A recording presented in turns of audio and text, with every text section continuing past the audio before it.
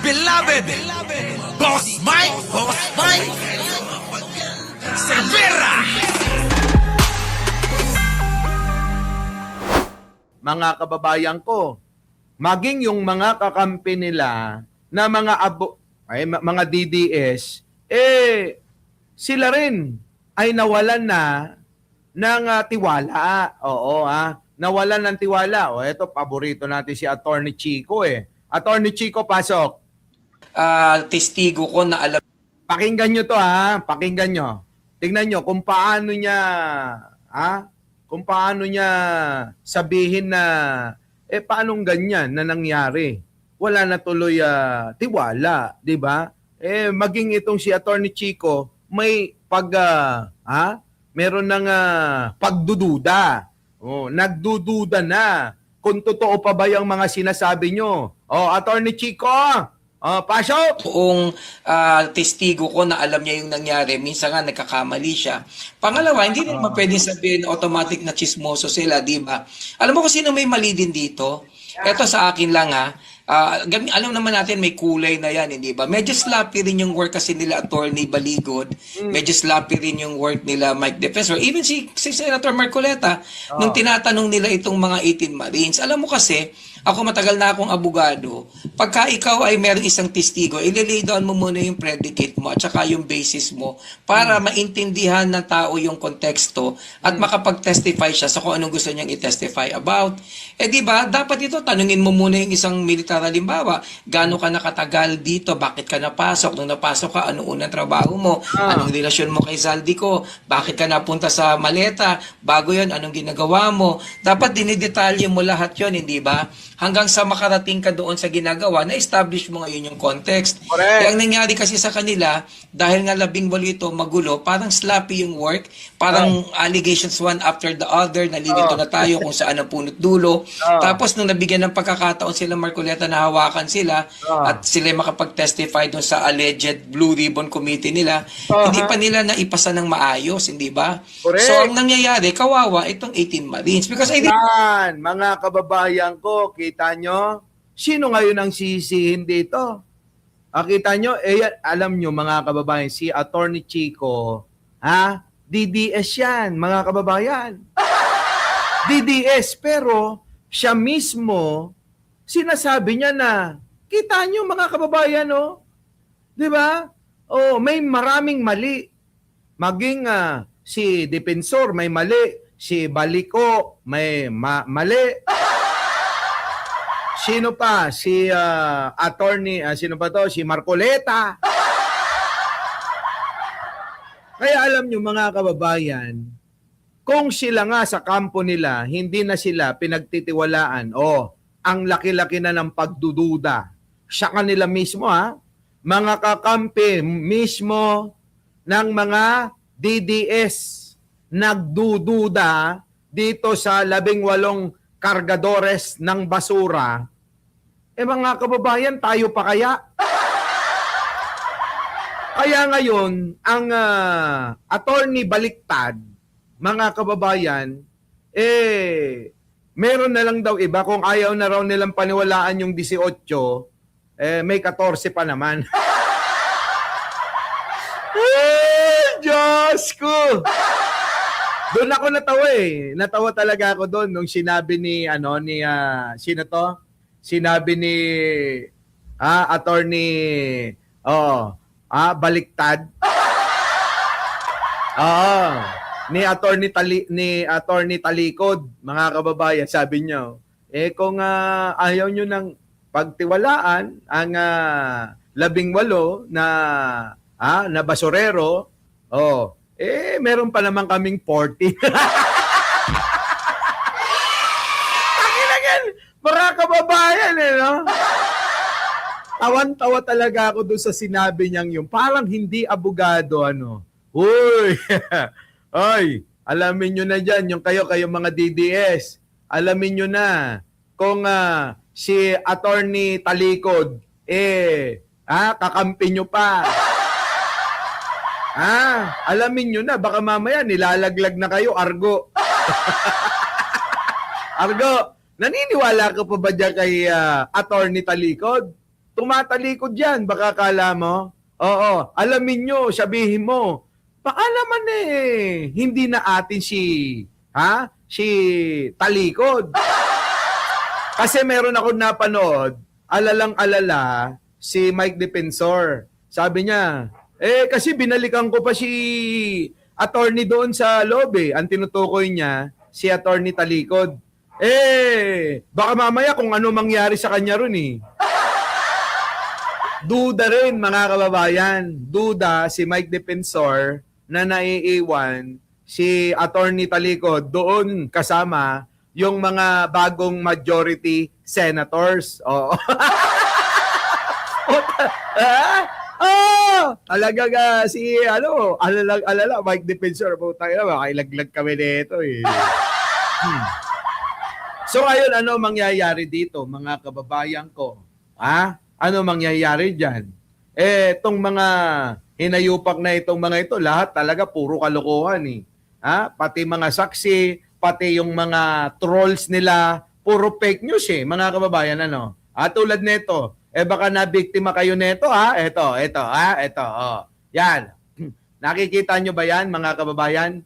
Yung original video, ginawang issue, tingnan nyo, Ito yung nasa kanan, mga kababayan, ito yung pinipake news nila. Maleta, ayan maleta gang Mitch Kahayon, huli. Huli ka. Yung mga ganito. Mga kababayan, hindi pala ito. Ito pala ay sa ibang bansa, mga kababayan. Sa ibang bansa yan. Ayan tingnan nyo. Kita nyo mga kababayan, ayan mistisa ang tangos ng ilong mga kababayan Nung original na video ang tangos ng ilong. Inedit-edit nila ngayon. Pinalalabas na punong-puno ng pera. Diba? Ganyan sila tumarabaho, sila Argo. Ayop ka, Argo. Mga kinakampihan mo, puro pamimeke. Argo! Utang ina, yung mga kakampi mo, puro pamimeke ginagawa, Sabihan mo naman. Lumaban naman sila ng parehas. Kita mo naman yung original. Napakatangos ng ilong. Siya pinakita nyo ang video, pango na yung ilong. Ano ba talaga, di ba? Dilawang gumagawa. Uy!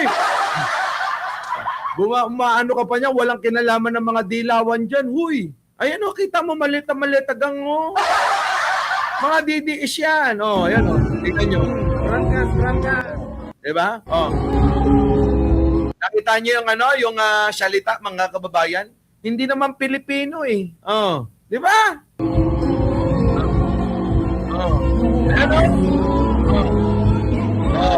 Diba? Pinakikita ngayon yan mga kababayan. Ginagamit na totoo daw yung mali-maleta. Kasi nga, alam nyo, sipin nyo, mga kababayan ko, tanong ko sa inyo, may pinakita na bang pera na cash na laman ng maleta na diniliver nila? Etong mga 18 kargadores, di ba wala? Yan garit kasi ang tanong ngayon ng maraming nating mga kababayan. Puro maleta lang yan. Nasaan ang pera? Di ba Nasaan ang pera? Puro maleta lang. Nasaan ang pera? Ngayon, naghanap sila sa internet ng mga video na pera ay nasa maleta. Kahit kayo i-search ninyo, Google nyo lang, kahit Tagalogin ninyo, video pera na nasa maleta. Nako, kita nyo, maglalabasan napakarami. So humanap sila ng medyo kawangis-wangis ng mga Pilipino, sa Thailand yata ito. Ngayon, mga kababayan, ginamit nila. Grabe, mga kababayan, sige tuloy. Diba, ayan, Grabe, mga kababayan, talaga itong mga demonyo na ito, nililito nyo yung taong bayan,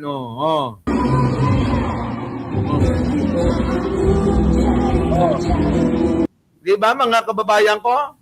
Nakita nyo? Ayan, Oh, oh. Oh, di ba? Wala talaga itong mga DDs na to. Lahat na lang pamimeking ginagawa eh. Wala na mga kababayan ng pag-asa. Wala na talagang pag-asa itong mga putang inang mga DDS. Bakit, mga kababayan ko? Wala na eh. Eh, tignan nyo mga kababayan, oh. Tignan nyo. Pati reporter ni inaaway na nila eh. Oh, tignan nyo. Oh.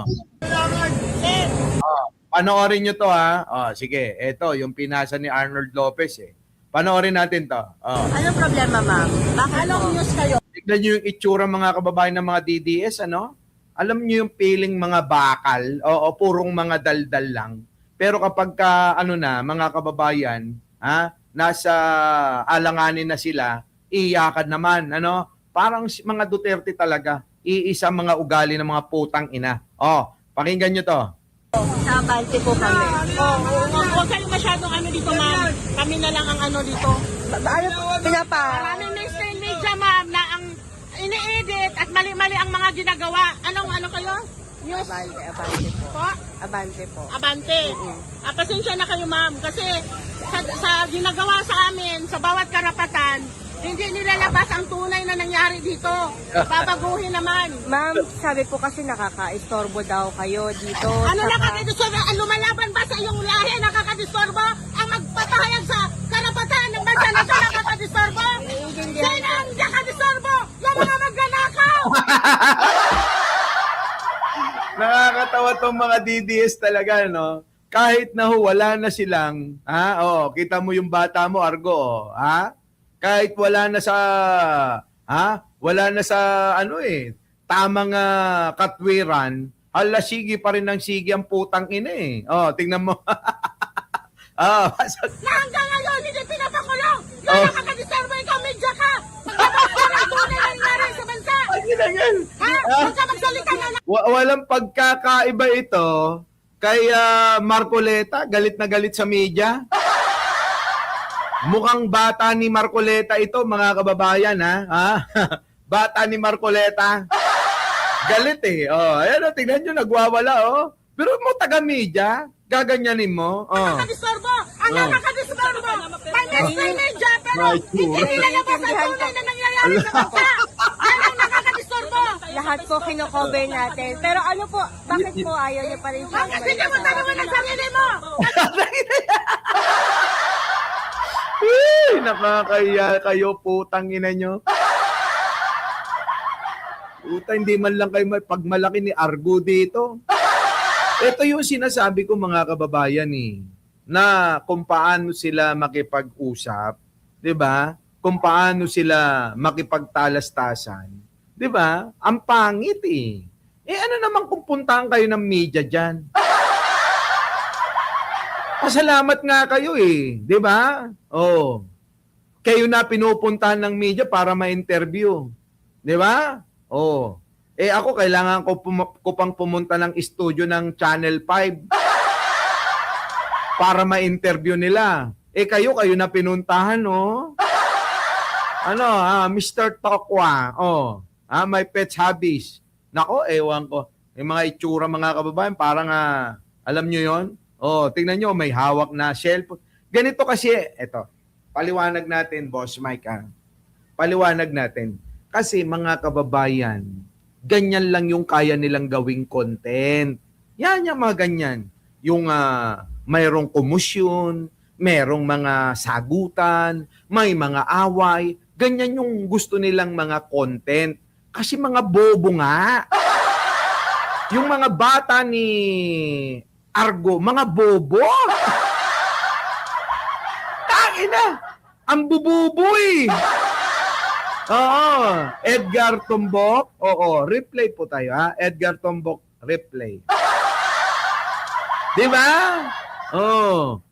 Yun na nga di ba? Pagkakataon na nila na magsalita ng tulad ng pagsasalita natin, mahinahon, magalang, dahil nasa harap tayo ng media o mainstream media, hindi ho social media, di ba? Pero mga kababayan, sila, tignan nyo, gusto talaga nila yung nagwawala Tapos, eto pa yan. Pagkatapos niyan, Naka-live yan, ano? Naka-video, naka-live. Pagkatapos niya, mga kababayan, bida-bida pa yan. Oo, nagmamalaki pa sila dahil nagawa nila yung ganyan. Proud na proud sila sa sarili nila na para bang, oo, ang galing-galing nila na, kita mo, pati media, ginanito ko, Bubu, mga kababayan, di ba? Antatanga. Makikita nyo naman sa itsura, wala talagang utak eh. Di ba? Di ba, Evangelist? Hayaan mo na kung ayaw nila mag-like. Sige na, Lovers Moon. Liwat ka na ng nakawan ng kapal ng bayan. Di Ala- ba alam yan? Ah. Nakaka-disturbo ba ang nagsasalita? Ng malayang pamamahayan? Kita mo, ang dami niya na sinabi. Ang tanong lang naman, aalis na po ba kayo rito? Kasi sinasabi, magligpit-ligpit na raw kayo. Nagalit ng nagalit. Anong pakialam mo? Wala pilihan! Bakit? Yung asawa mo nga tingin ng tingin sa akin? Bakit? Pinansin ko ba yung asawa mo? Putang ina, mga katwiran, Ganyan, mga kababayan, di ba? Mga bata ng mga nila Argo. Sumagot ka! Yung asawa mo nga pinagnanasahan ako. Hindi ko nga ito, pinapansin. Utang ina, mga katwiran. Ganyan sila, ganyan. Nakaka-disturbo ba? Pero hindi po kayo aalis dito. Kita nyo, Hindi po kayo aalis dito. Hindi kayo aalis dito. Di ba? Nagwawala agad, napakagalang naman ng reporter ng Abante. Hindi po kayo aalis dito? Ang galang-galang Di ba? Di ba? Kung magalang at maayos naman makipag-usap, bakit di mo kausapin ng maayos, di ba? Ngayon, ang Abante Radio, o Abante News, abay, nilabas ito. Nilabas itong video na to, pag-aari ng Abante News. Di nakita ngayon kung anong klaseng ugali meron ka. Di ba? Huwag mo na kami tanungin! Ayaw talaga tumigil. Ate, yung isa na yung tinatanong, hindi na ikaw. Epal ka pa ng epal, yung mukha mo, ang laki-laki. Mas malaki pa sa mukha ni Chris Ulo. Kasi ate, napaka warfare. Tingnan nyo mga kababayan, hindi na ho siya yung tinatanong, pero sige pa rin siya ng sige. Hindi po kayo aalis dito. Okay, tama? Si ate na nga, sabi na ate. Diba? Si ate na, may epal pa yung matabang malaki tiyan at akala mo, boksingerong sumo.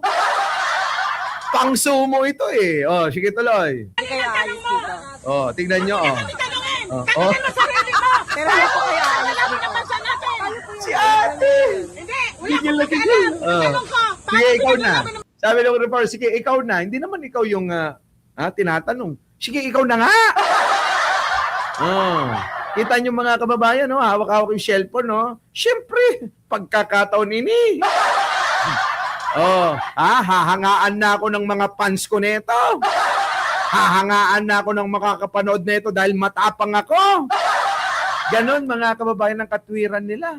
Diyos ko, mga kababayan. Wala talaga. Wala mga bubo nga ito Hindi marunong ito mga makag-live at magpaliwanag ng mga bagay-bagay. Ang gusto nila, away, yung kumusyon, yung takaw attraction, pero yung kanilang ginagawa mga kababayan, puro ingay lang. Maiingay, walang laman ang mga kukote, mga kababayan. Wala, sa natin! Pero hindi po kayo aalis dito. Nakaka-disturbo! Mali na yung tanong mo! Kita niyo mga kababayan, doon bastos. Napakababastos nila mga kababayan. Ang babastos. Disturbo! Pilipino ka! Ganun tanong mo! Alam ko po kayo, pero yun nga po, kinukuha namin ang Tanong ka side ng nyo. maayos! Okay, bakit? Sabi niya, magtanong ka raw ng maayos, galit na galit. Eh bakit hindi ba maayos yung tanong? 'Di ba? Magtanong daw na maayos. Eh, maayos naman yung tanong eh. Sasagutin mo lang na maayos eh. Anong disturbo? Nakaka-disturbo? Naka-video po to. Nako, yari ka. Ah? Kami kailangan Yung mukha ni ate mga kababayan. Tingnan niyo. Hindi namin kailangan Mr. Media kung bakit din naman. Okay, so aalis Diba? po kayo. Kasi, Hindi ka magtatanong ng ganyan. Grabe. Ewan ko. Dito sa mga bata ni Argo. Nakakahiya. Mga nakakahiya kayo, mga busit kayo. Doon ka na. Umalis ka na. Hindi ka namin kailangan.